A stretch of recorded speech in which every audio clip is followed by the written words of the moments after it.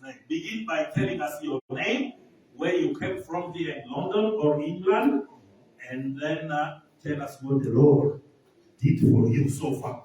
He just joined our church about 4 weeks. About 4 weeks only, 1 month. But he is already prone to testify. Good morning, church. Good morning.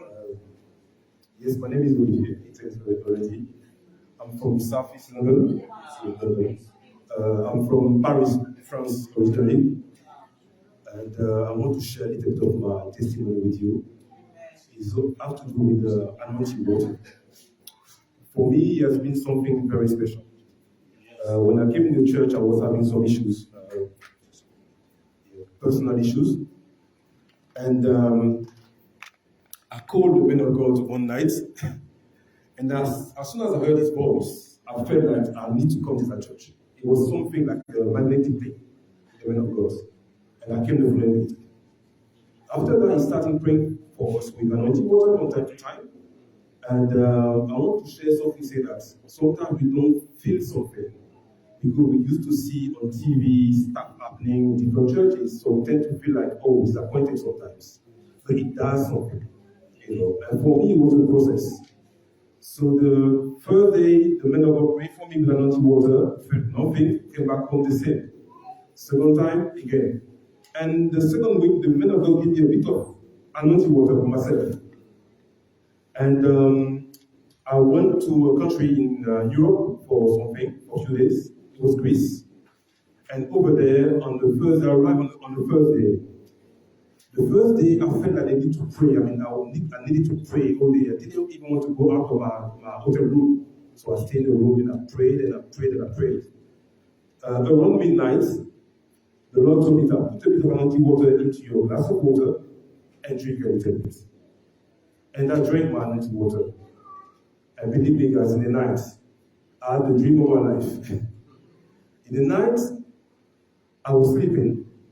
For me, I didn't know it was a dream. So don't forget, for me, it was real, so real, more real than what we are having at the moment. I started having some tooth in my mouth. Thousands and thousands of tooth coming out of my mouth. I couldn't breathe anymore. I was fighting, trying to push it out. Each time I was pushing out, more was coming. And I was trying to, because before going to bed, I put my anointing water next to my bed. So in the dream, I was trying to reach my anointing water to spray on me. I couldn't. It was in the box.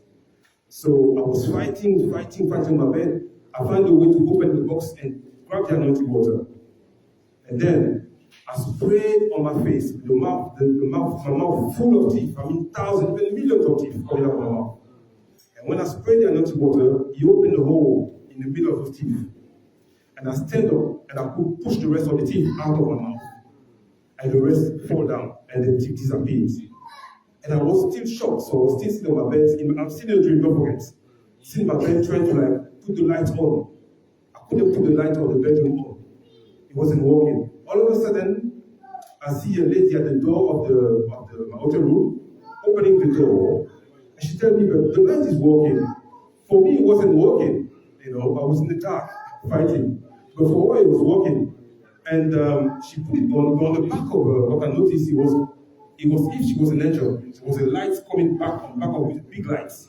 And my dream stopped this way. In the dream, I go back to my bed. I've seen the dream, don't forget. I go back to my bed, I sleep. And now, at 4 o'clock in the morning, I wake up. And I was surprised to see that in my bedroom, nothing changed. There was no fights, nothing. So now I realized I was in a dream. I didn't know I was in a dream. I said, how come there's nothing? My little is not on the floor, everything's normal. And I woke up in the morning. I was intrigued. I said to myself, what does it mean? I couldn't understand. I felt different. I couldn't explain. I felt at ease, but I couldn't understand what it was. On the same day when I was in Greece, I went to church. In the middle of the church, I received from the lady at the church, the prophetess, like a testimony. She came to me, she said, man, you prayed a lot, and the Lord delivered you from the spirit of anger. And before she did that, I was praying to the Lord, and I said to the Lord, what does it mean, thief? Why is that so thief like that? And he said something to me in French. In French, when somebody is angry at somebody, he says, you got thief against that person. in front of each other, don't forget them. So when he said thief against that person, I understood that it was, my spirit was, I was having anger in my soul for many, many, many years. And it was true, but I didn't know it. And the prophetess confirmed to me, you pray a lot and God will free yourself from the spirit of anger through this anointing water. So I just wanted to share with you to say that, honestly, when the men of God pray for you, this, believe me, that's something. And from then, I was free from the spirit of anger. But I want to share a little bit about what the spirit of anger can do in somebody's life. It's a very dangerous thing. When I was a kid, I was having this personality, very strong one and very aggressive personality. But of course, my parents, it was normal, it's just that the way it was born. And I feel I was always having this kind of special strength. I mean, too much strength for my size. Even when I was a kid, I was a bit like a boss of gang. Okay? So I grew up like that, naturally fighting, doing all sorts of stuff. And even when I grew up as a man, I knew I was have some kind of anger spirit in me, but I was finding a way to hide it from people. You know, if you see me in normal society, I behave like normally. But as soon as you catch me, I can do all sorts of stuff. And it was giving me this kind of special strength. So I was fighting, I mean, all sides of human being, you know. And I was saying to my friend, probably before, I never lost a fight in my life. You can be as big as you want. And this thing was giving me this kind of thing. The why? He was using my strength for negative things. He was using my strength to destroy, to do anything. And let me give an example. I'm into business. I got companies, I do business. And the Spirit of God was so much in me. One of my business was transportation. I had trucks and different vehicles transportation. It was a special business. And one day, one of my drivers, you know what they do most of the time, drivers and mechanics, they get along together and they fix price for items for to pay more as a boss. So one of my drivers went to my back and decided to tell me that, oh, there's an issue with some of the trucks. So he fixed the price with the mechanics, and on the back of me, they took some money out of me. And I was upset, I mean, crazy to the point that what I did, the worst mistake, I sold the company entirely. Just for one item, single item. And what happened when I put the company in the market, another company bought the company for 48 hours later. Because the opportunity was, I couldn't believe how long you can sell a company like that. And I sold this company just because I was angry. And I lost a lot of money on it. 48 hours later, it was already bought by another company. It was a successful company. Just an example of what anger can do in your life. You know? And in my private life, of course, it was between me and my daughter, it was a big issue. Because I was losing my control over the years and years and years. I never hit her, but I was losing my control, getting upset for tiny things. And of course, in my line of business, relationship is important. I deal with people every single day. So if you get angry, you kill and destroy a relationship. You cannot do business without having a relationship. It's impossible. But since, glory to God now, since is matter for me, I'm in the process of doing something new. I always do new companies that are developed and sold to other groups. And since it went out of me, in my latest meeting, I discussed with a lady, a very important lead from a company in the UK. And believe me, without the anger in my spirit now, the flow, the way I react to them, it was as if we know each other for 20 years. We spoke naturally, she was happy, I was happy, relationship started to build again. And it is a big change for me. I live at peace, I sleep at peace, I wake up like with so much joy. My daughter cannot, when she look at me, she's still a bit like skeptical. Is that my same dad? Is he going to react the same way? She can't believe her eyes. She look at me like, I see something different. But she can't understand what's going on with daddy. It's so nice now, you know, and it's different. So thank you, Jesus. Thank you, So that's anger. Do you still feel the same way? That anger?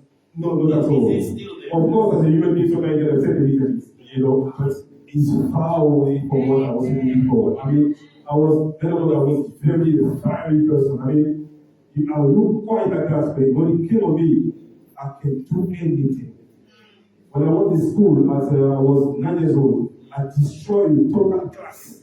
I broke every single bit of the class. And then I took a lot of money to fix it again. Wow. I I was only 9. Well, give Jesus a hand for what he has done. Hallelujah. Thank you, Lord. Thank you, Lord. Thank you.